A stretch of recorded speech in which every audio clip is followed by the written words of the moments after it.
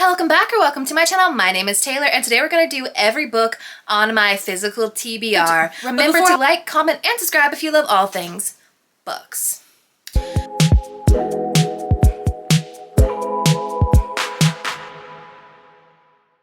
Okay, so starting next week, we are going to begin our 3-month-long TBR takedown. Now, will you see me go through every book on my physical TBR between now and August? I'm not sure, probably not. You'll see a couple videos sprinkled in each month of me going through different sections of my physical TBR, but seeing as school is out for graduation, finals are over, the next 3 months that I'm on campus will be quite slow, so I'm going to need something to fill my time. Therefore, we have a lot of books to make it through. And my goal is to clear out as many of my physically unread books, as well as maybe try and get through some of that Kindle TBR, but we're focusing on the physical books between now and August. And in case you're wondering, we are May 10th, 11th, no, I'm filming this on May 10th, and as of the month of May, I finished 4 books. 3 of those were physical books, 1 of those was a Kindle book. However, that Kindle book I've been working on for the past few months, so I was quite happy with myself. Yes, it was Direbound, if anyone's been keeping up with the saga.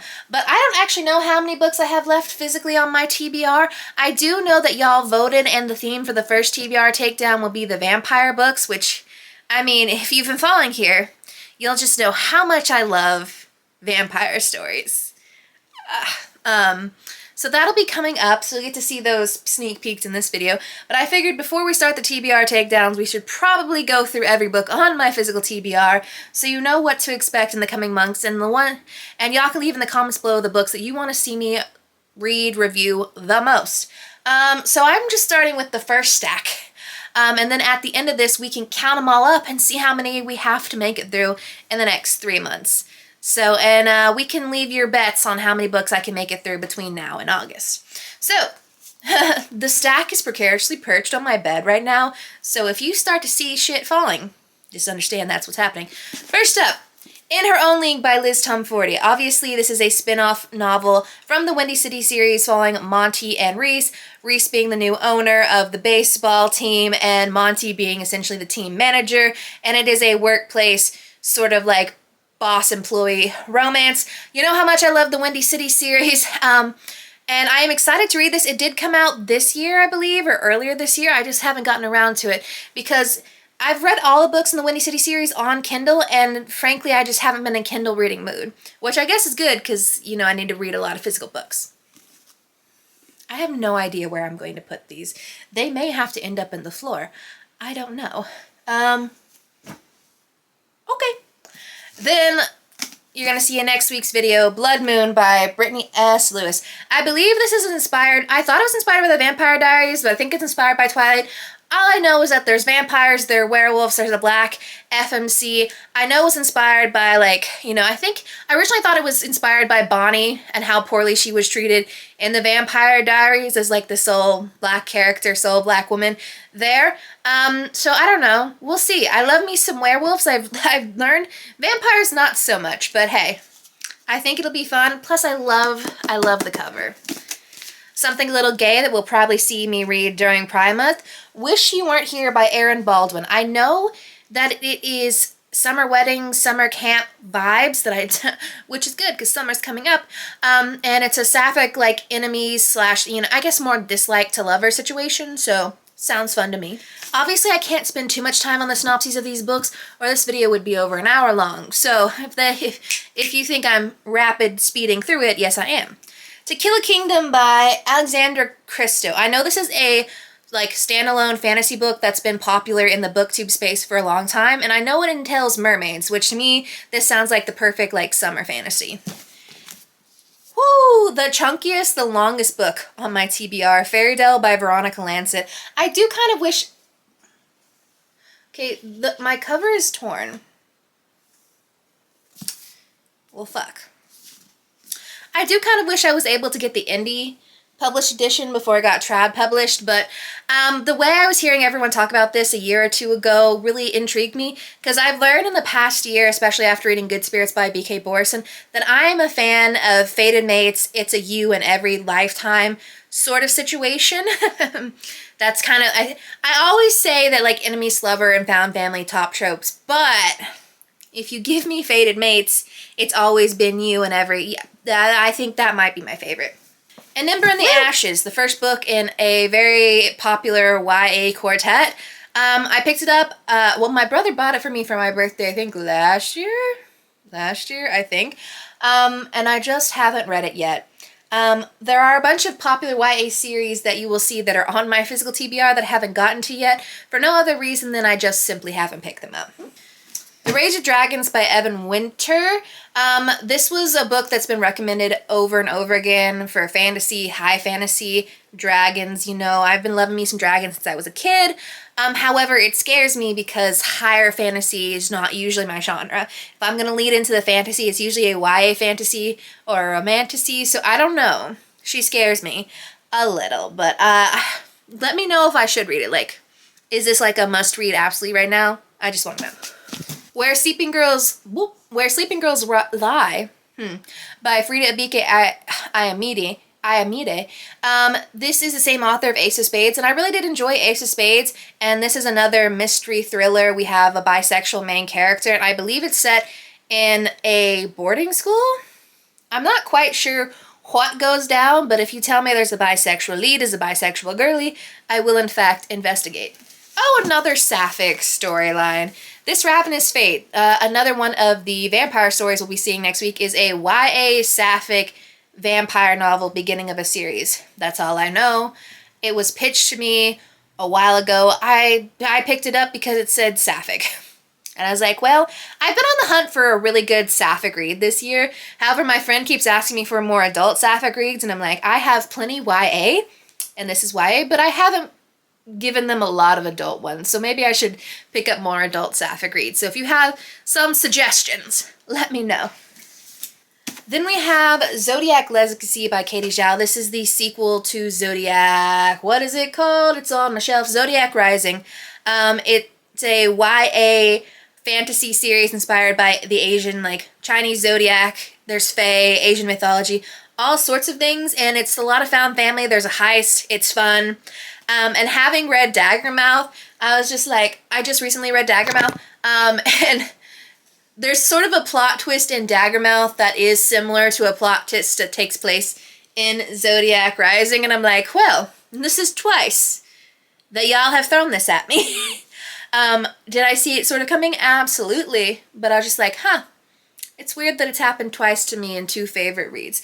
Yeah, so I imagine it'll be a quick read. I just haven't picked it up yet. Round 2. I have the entire Caraval trilogy by Stephanie Garber. I got this because I need to read things in order. So I want to read Once Upon a Broken Heart, but I know this comes first, and I want to know the lore. So, then another popular YA fantasy series. We have the Grishaverse, the Shadow and Bone trilogy. I've heard that the Six of Crows duology is much better, however, this comes first. So therefore, I must read it first. Then we have another popular romantasy, I think, I can't remember if it was last year or the year before. I think I bought it last year. Heavenly Bodies by Imani Ariu. I know the sequel has come out since its release. I know that it's sort of like a dislike, rivals, enemies to lovers situation, like chosen one. It sounds interesting. I do wonder if, because I have a lot of specific types of fantasy, particularly left on my TBR, I do wonder if I'm going to get a little burnt out on them, so we might need to space them out. But I am excited to read it. Then we have How It Went Down by Kekla Magoon. This is YA fiction following the death of a black teenager by the hands of a white man. Or a white, I don't know, I assume a white man, and telling sort of the aftermath of that story. I just simply don't read a lot of general fiction, so that's why I haven't picked it up. And I also know that this story is definitely going to hit me hard, and sad reads, why I picked them up, I don't know. Girl of Nightmares by Kendare Blake. This is the sequel to Anna Dressed in Blood. Anna Dressed in Blood is not a novel that I'm think is groundbreaking, but it gave me enough Scooby-Doo-esque vibes, and I'm curious to see where you take us in the sequel. Vicious by V.E. Schwab. I do believe she's finally releasing the final book in this series this year or sometime soon, or she announced that she's actually writing the book.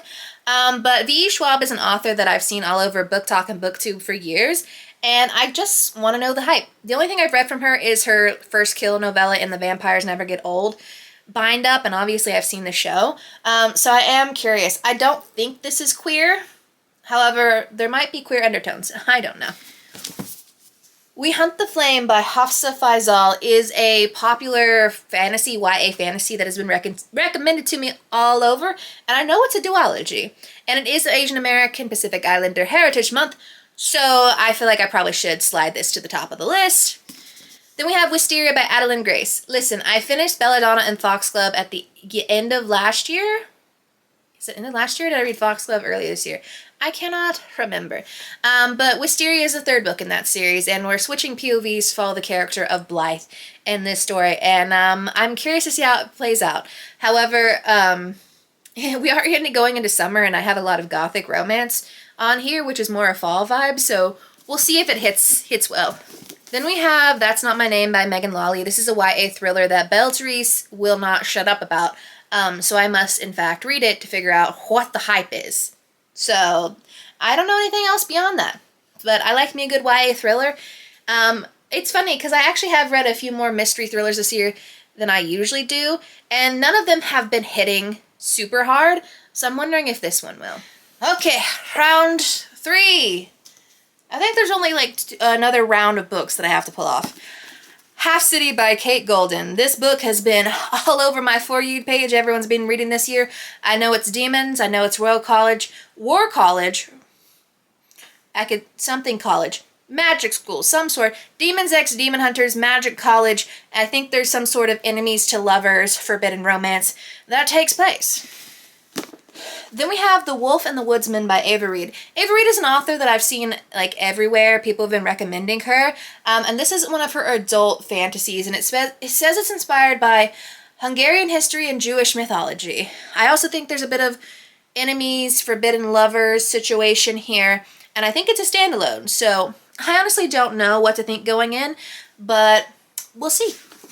Then we have the final 2 books in the Poppy War trilogy. Yes, it is a high fantasy series that scares me to get through, because the first book, See, I feel like as a fellow academic, I understand R.F. Kuang the same way I understand Alvy Blake. Like, their writing isn't for everyone. Like, the stories they weave are very specific to their experiences in academia and sort of the mindset that takes. However, if you want some true, like, morally gray, like, effing, like, protagonists, things you're like, I wouldn't do that, babes, but I also understand why you did it. The first book in this series really makes you feel that. 1 Week to Win the Chocolate Maker by Timothy Janowski. This is his newest romance. It's queer, it's fun. You know, he's one of my favorite authors when it comes to queer romance and romance in general. And it sounds like it's going to be a silly, goofy time. So, we will finish the Shatter Me series this year, then we can move into the second gen series. All I have left are Defy Me and Imagine Me. I don't know if that is the correct reading order. I pulled these off my shelf. And then the final, I think it's 2 novellas in the series. So yeah, I read Restore Me earlier this year. I don't know when I'm going to get to these. If you want me to do a whole video, I pitched dystopian as a topic for the first TBR takedown, but you chose vampires, so we can do a dystopian one eventually, and where we finish this and maybe we read... Well, actually, no, I don't know how many more dystopian... Well, there are more dystopians, never mind. We can do dystopian one. Then we have some more lit fic. Toni Morrison. Given the state of the world and how they're trying to ban books, I figured I'd read one from one of the most banned books, banned authors ever. It's just, it is lit fic, and it is a more older, classic lit fic, which is not my genre that I usually read. So if y'all want me to do a video where I read Toni Morrison for a week, let me know. Servant of Earth by Sarah Hawley. And Bailey sing the praises of this romantasy last year. And I don't know, I was just in a romantasy mood it's always funny to me because the biggest gift-giving times of year are, you know, Christmas. However, during the winter, that's when I'm in peak, like, during December, like January for the most part, that's my peak fantasy wanting to read mood. So I always want people to buy me fantasies. And then when I get out of that, I'm like, well, where's my romance? So, but I am excited to read that. I know it's the first in a series. And then we have Bourbon and Lies by Victoria Wilder. Now this cover, beautiful. Belle Therese has also been singing the praises of this series. I know it's romantic suspense, and I've heard it's spicy. And for some reason this year, I'm not saying I'm someone who never enjoys spice. I've actually always enjoyed a little spice in the books. It's been preferred, but this year, I've been liking them hot. I've been liking them hot and spicy. Zara Larsson's song Hot and Sexy might as well be playing in the background. It is Euro summer. How much we're sweating in these books. And I've heard that these meet that criteria. Then we have The Second Death of Locke by V.L. Bovalino. Everyone and their mama was loving this book in 2024, end of 2024, beginning of 2025.